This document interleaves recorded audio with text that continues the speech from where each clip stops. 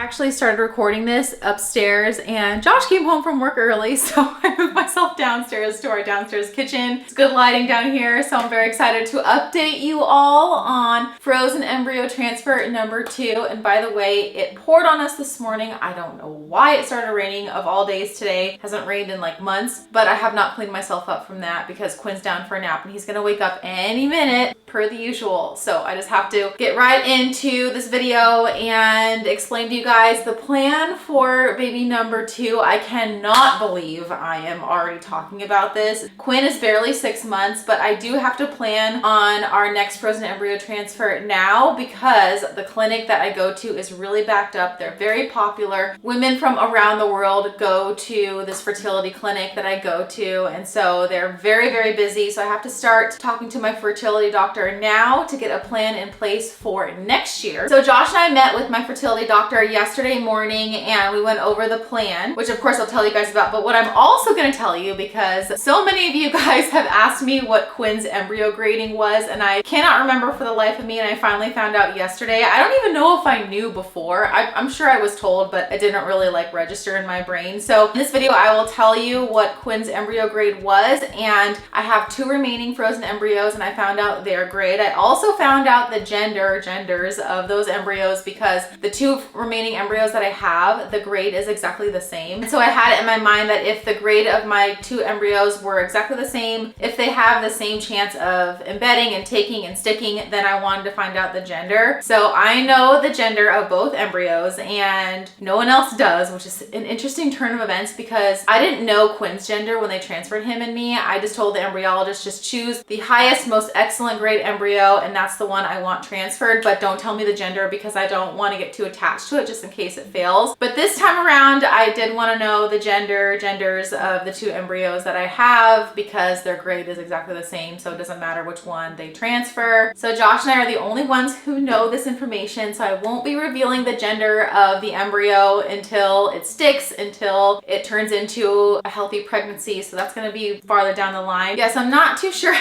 how I feel about knowing that information because I feel like I'm gonna get more attached to the embryo when it is transferred, and that was the whole point of not knowing the gender of Quinn. So this video is gonna be kind of a quick update video on what we talked about with my fertility doctor and what the plan is in the future because next year is gonna come so fast. And by the way, if you're brand new here, welcome. I upload 1 video every Sunday morning Pacific Standard Time all about living healthy, fertility health, IVF, and you guys know that Quinn is my IVF miracle and I cannot believe he'll be 6 months on Monday, which is the 28th, and it's like, holy cow, where did the time go? He is becoming so fun. He's way past the newborn stage, way past the infant stage, and now he's developing his personality. Super fun. He's also more work because he's like so active already. He's not quite sitting up yet, waiting for that to happen. And also we're gonna start solids soon, so that's another thing I have to navigate because I don't know how to do that. So I'm gonna ask his pediatrician on Monday how to start him on solids. I am now supplementing with formula a little bit here and there, which is really helping my mental health. So as you guys know, Quinn was transferred in me. My transfer day was last year, July 1st of 2022. He was the first embryo that was transferred and it took, and I'm so blessed. I still kind of honestly can't believe that I have him. He was born February 28th this year, and actually his due date was March 20th. So he was 3 weeks early because I developed preeclampsia. So at 37 weeks, they induced me to get him out so I could get healthy again. Also a little bit of background information. For those of you who don't know, I had to do the whole shebang when it comes to medications for the frozen embryo transfer. So I was started on oral estrogen, or estradiol is the other name for it. 3 pills 3 times a day to help build my uterine lining for pregnancy. So I started those 3 weeks before the transfer. I also was started on vaginal progesterone twice a day and those dreaded, horrible progesterone injections, those PIO injections, progesterone and oil injections. I started those 6 days before the transfer and had to do them on myself every single day for 13 weeks of the first trimester. I asked my fertility doctor, I was like, do you think I'm gonna have to do all that again? She said, probably. We'll see how your body does though after you stop breastfeeding. So I have not gotten my period back because I am still breastfeeding. So that's another motivating factor for me to maybe wean Quinn off breast milk altogether because I want to see what my body does without producing breast milk, without breastfeeding, because I hear that once you stop breastfeeding, your period comes back. Most women get their periods back when you stop breastfeeding. And And I've never had a regular cycle. I've never had a regular period. That's one reason why I need to do IVF, is because I've never really ovulated on my own. And if I have a period, it's super irregular. And actually I go months without a period. So I'm so curious and so interested to see what my body does when I stop breastfeeding. Will I have a period? Will I not have a period? My doctor wants to play it safe. She's gonna assume that I still won't be regular and I'll need the whole shebang again, all those medications for the frozen embryo transfer. But she said if I start having regular periods after I stop breastfeeding, then there's a chance that maybe I won't need to do the oral estrogen pills. Right now, we're just gonna assume that I'm gonna need all those medications again. So because I'm still breastfeeding, because I'm only 6 months postpartum, and I'm dealing with a prolapse, which if you guys follow on Instagram, you know all about that. I'm going to a pelvic floor physical therapist to help heal my pelvic floor, help get it stronger. And so I need more time to get all of that in order because this prolapse is so annoying. I just feel a lot of vaginal pressure still from that. So I'm trying to get all that stronger and healed up. And again, until I stop breastfeeding, my hormones are kind of going to be out of whack. And so once I stop breastfeeding, my hormones will go back to hopefully to normal or more balanced, and that will help my pelvic floor heal faster too. So I need time to heal my pelvic floor. I need time to wean off breast milk, breastfeeding, get my hormones in check again, and see if I have a period. So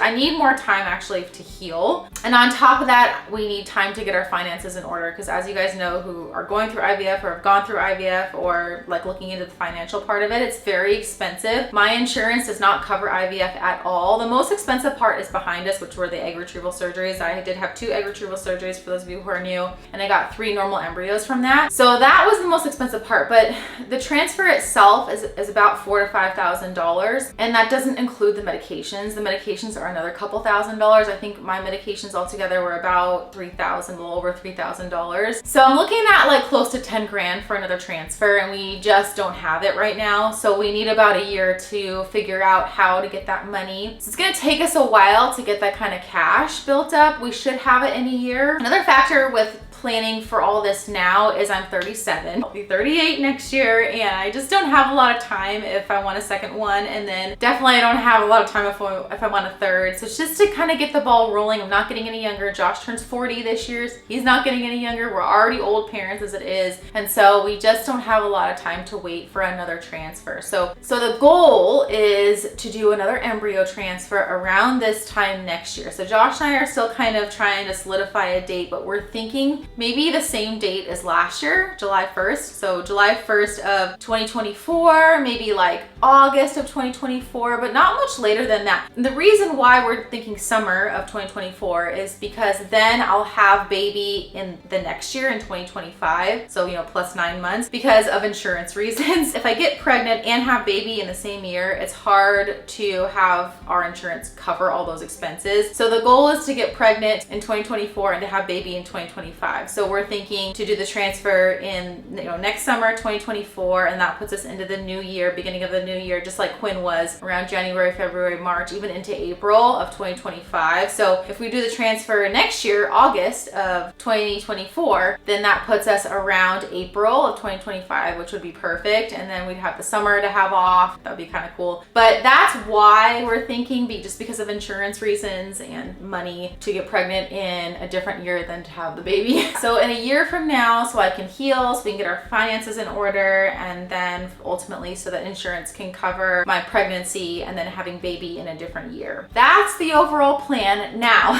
for those of you guys who have been asking for Quinn's embryo grade, he was a day 5 hatching blastocyst, and his grade was a BB. So not quite excellent, but not bad either. He was very middle grade. And so I don't know if that encourages a lot of you that, you know, obviously he's stuck, no problems at all. I didn't have any problems throughout the pregnancy, and then I just developed some preeclampsia at the end, but very healthy, normal baby. Yeah, so he was a day 5 hatching blastocyst BB. Now my 2 remaining embryos are not as good quality as Quinn was, but they're still a very good chance of them sticking. So the 2 remaining, they're the same. The 2 remaining that I have are day 6, not day 5. Quinn was a day 5. They're day 6 hatching blastocyst, and they're BC. The B is good quality, but the C is not so good, but they still have a good chance of sticking. So we'll just kind of see. I'm a little bit nervous that their quality isn't as good as Quinn's was. So I am glad I have 2 remaining. I don't want both transferred in at the same time, just in case they both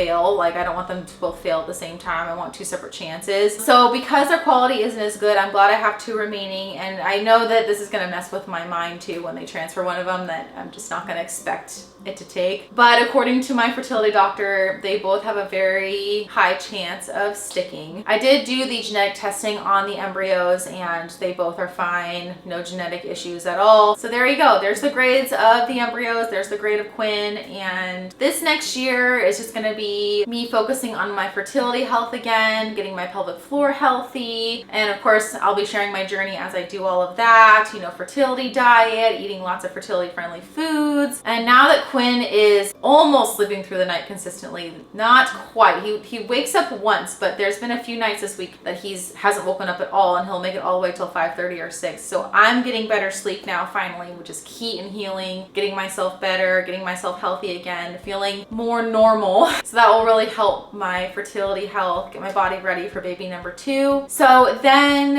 I'm going to be starting all of the testing again at the beginning of next year in terms of just checking like my thyroid and all my baseline labs. And I think they want to do a uterine ultrasound, make sure my uterus looks good, you know, back to baseline. So I'm doing all of those like basic tests at the beginning of next year. So January, February of 2024, just to make sure that my body is healthy and ready for the transfer. And like I said, hopefully July, August timeframe of 2024, we'll do the next embryo transfer. This year's gonna fly. So that's why we're already planning and talking about it. But I'm very, very excited to share with you guys this next journey. All right, so that'll be it for today's video. It's just a super short update because I wanted to fill you guys in on the details of our plans for the next transfer, just so you all know what's happening in the future. I also want to encourage all of you going through IVF that it's a long haul, but it's okay. It's one day at a time. If you're going through the injections, one injection at a time, and you just never know, you might get your miracle baby just like I did with Quinn. And now you know the grade of how Quinn was. You know, he wasn't an A, he wasn't excellent, but he wasn't, you know, poor either. He was right in the middle and he did great. So these 2 embryos that I have are not excellent, but